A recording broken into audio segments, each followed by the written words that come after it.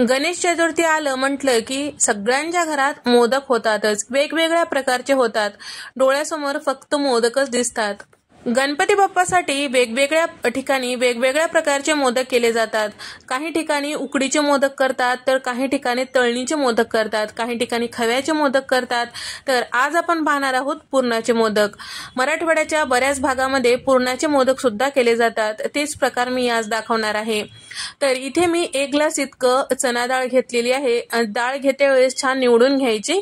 त्यानंतर आपल्याला स्वच्छ 2 ते 3 पाण्याने धुवून घ्यायचं आहे.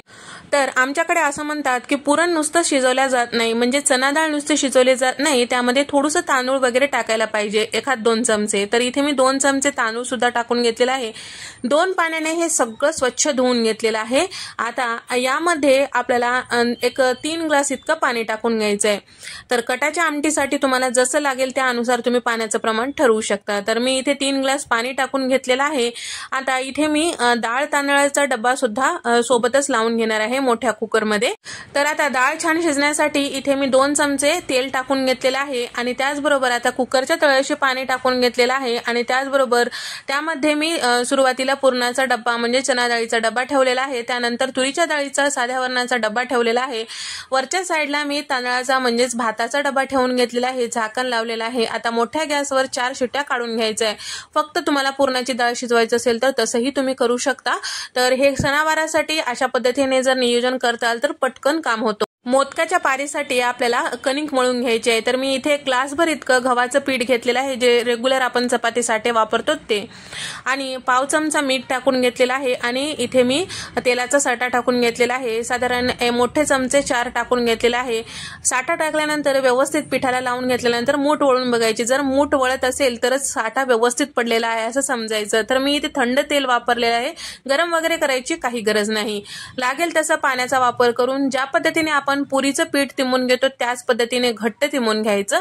तर इथे 5 मिनिटं याला झाकून ठेवूया. तर आता आपल्या कुकरच्या शिट्ट्या सुद्धा इथे झालेल्या आहे. तर कुकर पूर्ण थंड झाल्यानंतर इथे पाहूया आपलं पुरण, भात, वरण सगळं छान शिजल्या गेलेलं आहे. तर इथे तुम्ही बघू शकता आपलं पुरण छान शिजल्या गेलेलं आहे. आता आपल्याला गाळून घ्यायचं आहे. एका पातेल्यावर मी इथे चाळणी ठेवलेली आहे, त्यावर हे पुरण टाकून घेतलेलं आहे.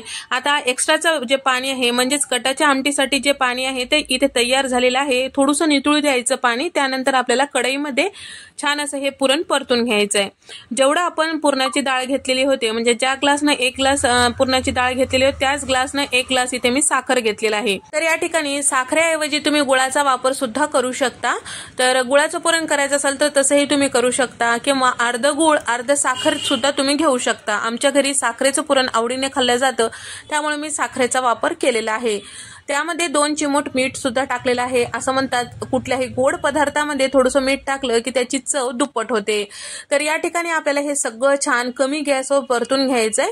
तर सुरुवातीला थोडंसं गॅस मोठा असलं तर काही हरकत नाही. जसजसं हे घट्ट होतं तसतसं गॅसचा फ्लेम कमी करायचा, नाहीतर ते हे करपू शकतो. सतत परतून घेतल्यानंतर छान असं याला दाटसरपणा आलं की या पद्धतीने जेव्हा आपण चमचा रोवून पाहिलं की छान उभं राहिलं आणि छान घट्ट पुरण वाटू लागलं की त्यावेळेस आपल्याला गॅस बंद करायचा आहे. पुरण थोडंसं गरम असते वेळेस आपल्याला गाळणीनं गाळून घ्यायचंय, किंवा पुरण पात्रानं आपल्याला छान असं हे पुरण गाळून घ्यायचंय, किंवा तुम्ही मिक्सरला सुद्धा फिरून घेऊ शकता. तर इथे मी पुरण पात्राच्या चाळणीने छान असं गाळून घेतलेलं आहे. तुम्ही बघू शकता इथे आपलं छान असं पुरण तयार झालेलं आहे. तर तयार झालेल्या पुरणापैकी मी अर्धच पुरण इथे घेणार आहे. बाकीचं पुरणाचं मला पोळ्या करायच्या आहेत. तर इथे आपल्याला मोदक करण्यासाठी मी आधीच कणिक मळून घेतलेलं होतं. तर तुम्ही बघू शकता कणिक छान घट्ट मळल्या गेलेली आहे. थोडंसं तेलाचा हात लावायचा आणि छान अशी आपल्याला हे पाती लाटून घ्यायचं आहे. मोठी चपाती म्हटलं तरीही चालेल. पुरीप्रमाणे त्याची पाती थोडीशी जाडसर असायला पाहिजे, अगदीच पातळ करू नका, नाहीतर सारण भरल्यानंतर ते बाहेर येऊ शकतो. तर या ठिकाणी इथे मी छोटी चपाती लाटून घेतलेली आहे. तर डब्याचं झाकण घेऊन आपल्याला पुरीप्रमाणे आकार करून घ्यायचंय. डब्याच्या झाकणाने असं गच्च दाबलं की छान अशी छोटी पुरी तयार होते. आता याला आपल्याला मोदक तयार करून घ्यायचंय. तर इथे एका पातीमध्ये 4 असे हे छोट्या छोट्या पुऱ्या तयार झालेल्या आहेत. आता याला आपल्याला जेवढं बसेल तेवढं पुरण ठेवून घ्यायचंय. त्यानंतर 2 बोटाने आपल्याला याच्या छोट्या छोट्या कळ्या पाडून छान असं मोदक तयार करून घ्यायचंय व्हिडिओमध्ये दाखवल्याप्रमाणे.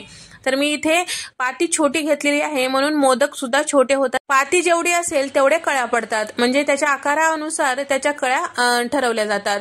तर 2 बोटाने आपल्याला कळ्या तयार करून घ्यायचंय आणि वरच्या साईडला या पद्धतीने छान असं पीठ ओढत ओढत एका ठिकाणी करून घ्यायचंय आणि मोदकाचा आकार तयार करून घ्यायचाय. तर इथे तुम्ही बघू शकता मस्त इटुकलं पिटुकलं छोटूसं मोदक तयार झालेलं आहे. याच पद्धतीने इथे सगळ्या मोदक आपल्याला तयार करून घ्यायचंय. मोठं मोदक करायचं असेल, तुम्हाला जास्त कळ्या असलेले मोदक आवडत असताल तर त्यानुसार तुम्ही पुरीप्रमाणे थोडंसं मोठं लाटून घ्यायचं आणि त्या पद्धतीने तुम्ही पुरण त्यामध्ये भरलं की छान व्यवस्थित ते सुद्धा मोदक तयार होतो. तर मोदक या पद्धतीने कळ्या पाडून घेऊ शकता किंवा छोटं मोदक असेल तर साडीला ज्या पद्धतीने आपण प्लेटा पाडतो ना त्याच पद्धतीने तुम्ही व्हिडिओमध्ये दाखवल्याप्रमाणे तसंही तुम्ही करू शकता. तर या ठिकाणी इथे मोदक तयार झालेला आहे. मोठं मोदक करायचं असेल तर पुरीप्रमाणे व्हिडिओमध्ये दाखवल्याप्रमाणे लाटून घ्यायचं आणि थोडंसं पुरण यामध्ये जास्त बसतो आणि या पद्धतीने आपल्याला 2 बोटाने चिमटा मारीत मारीत मस्त असे कळ्या पाडून घ्यायचं आहे. तर इथे आपल्याला हे मोठं मोदक सुद्धा तयार झालेलं आहे. फक्त कळ्या जे आहेत ते छान व्यवस्थित वरच्या साईडला ओढत ओढत न्यायचे म्हणजे त्याच्या कळ्या व्यवस्थित राहतात. तर तुम्ही बघू शकता इथे आपले मोठं मोदक सुद्धा छान असं तयार झालेलं आहे. या पद्धतीने पाती जर मोठी असेल तर कळ्या व्यवस्थित पडतात आणि मोठे होतात. तर आवडीप्रमाणे तुम्ही छोटे मोठे मोदक करू शकता. तर या ठिकाणी मी काही छोटे मोदक केलेले आहे आणि काही मोठे केलेले आहेत. घरात छोटे मुलं आहेत त्यांच्यासाठी छोटे आणि मोठ्यांसाठी मोठे मोदक या पद्धतीने केलेले आहेत. तर गव्हाच्या पिठाचे असते तरी सुद्धा मस्त खुशखुशीत तयार होतात. साठा व्यवस्थित टाकलं की व्यवस्थित असं हे मोदक तयार होतात. तर तुमच्या आवडीनुसार तुम्ही मोदक करू शकता. मस्त असं हे तळणीचे मोदक तयार झालेले आहेत. चला तर मग आता तळून घेऊया. तर या ठिकाणी तळण्यासाठी मी आधी तेल गरम करायला ठेवलेलं होतं. तेल जे आहे मध्यम गरम झालेलं आहे, अगदी कडकडीत नाही. थोडं छोटं पिठाचा उंडा मी जेव्हा तेलात टाकते ते वरच्या साईडला येत आहे पण करपत नाही. यावेळेस आपल्याला गॅसचा फ्लेम अगदी कमी करायचा आहे आणि कढईमध्ये जेवढे मावते त्यापेक्षा 1 कमी मोदक टाकायचा म्हणजे व्यवस्थित आपल्याला झाऱ्याने हलवता येतो. आणि सुरुवातीला एखाद मिनिट आपल्याला चमचा वगैरे लावायचा नाही. त्यानंतर व्यवस्थित आकार धरला की रंग छान आलं की या मोदकाला छान आलटून पलटून घ्यायचं. तुम्ही बघू शकता मस्त असे आपले सोनेरी रंगावर हे मोदक तळल्या गेलेले आहे. मोदकाला कुठेही तुम्ही बघू शकता वरच्या साईडला बुडबुडे वगैरे आलेले नाहीत. छान असं खुसखुशीत हे मोदक तयार झालेले आहेत. मोठे मोदक सुद्धा याच पद्धतीने आपल्याला तळून घ्यायचं आहे. तर मोठे मोदक तळते वेळेस मात्र अगदी कमी टाकायचं आणि त्याचबरोबर अगदी हलक्या हाताने आपल्याला पलटून घ्यायचं, नाहीतर त्याचा वरचा जो टोक असतो ते तुटू शकतो. तर या ठिकाणी मस्त असं कळीदार हे मोदक तयार झालेले आहेत. तुम्ही बघू शकता साध्या सोप्या पद्धतीने बऱ्याच घरामध्ये केले जाणारे हे पुरणाचे मोदक आहेत. तुम्ही सुद्धा नक्की ट्राय करून पाहू शकता. फक्त याला सोनेरी रंगावर तळायचं म्हणजे छान असं खुसखुशीत हे मोदक तयार होतात. मस्त चवीचे हे पुरणाचे मोदक आहेत, छान खुसखुशीत तयार होतात. एकदा नक्की ट्राय करून पहा. तर तुम्हाला हा व्हिडिओ आवडल्यास व्हिडिओला लाईक करा, शेअर करा आणि सबस्क्राईब करायला मात्र विसरू नका.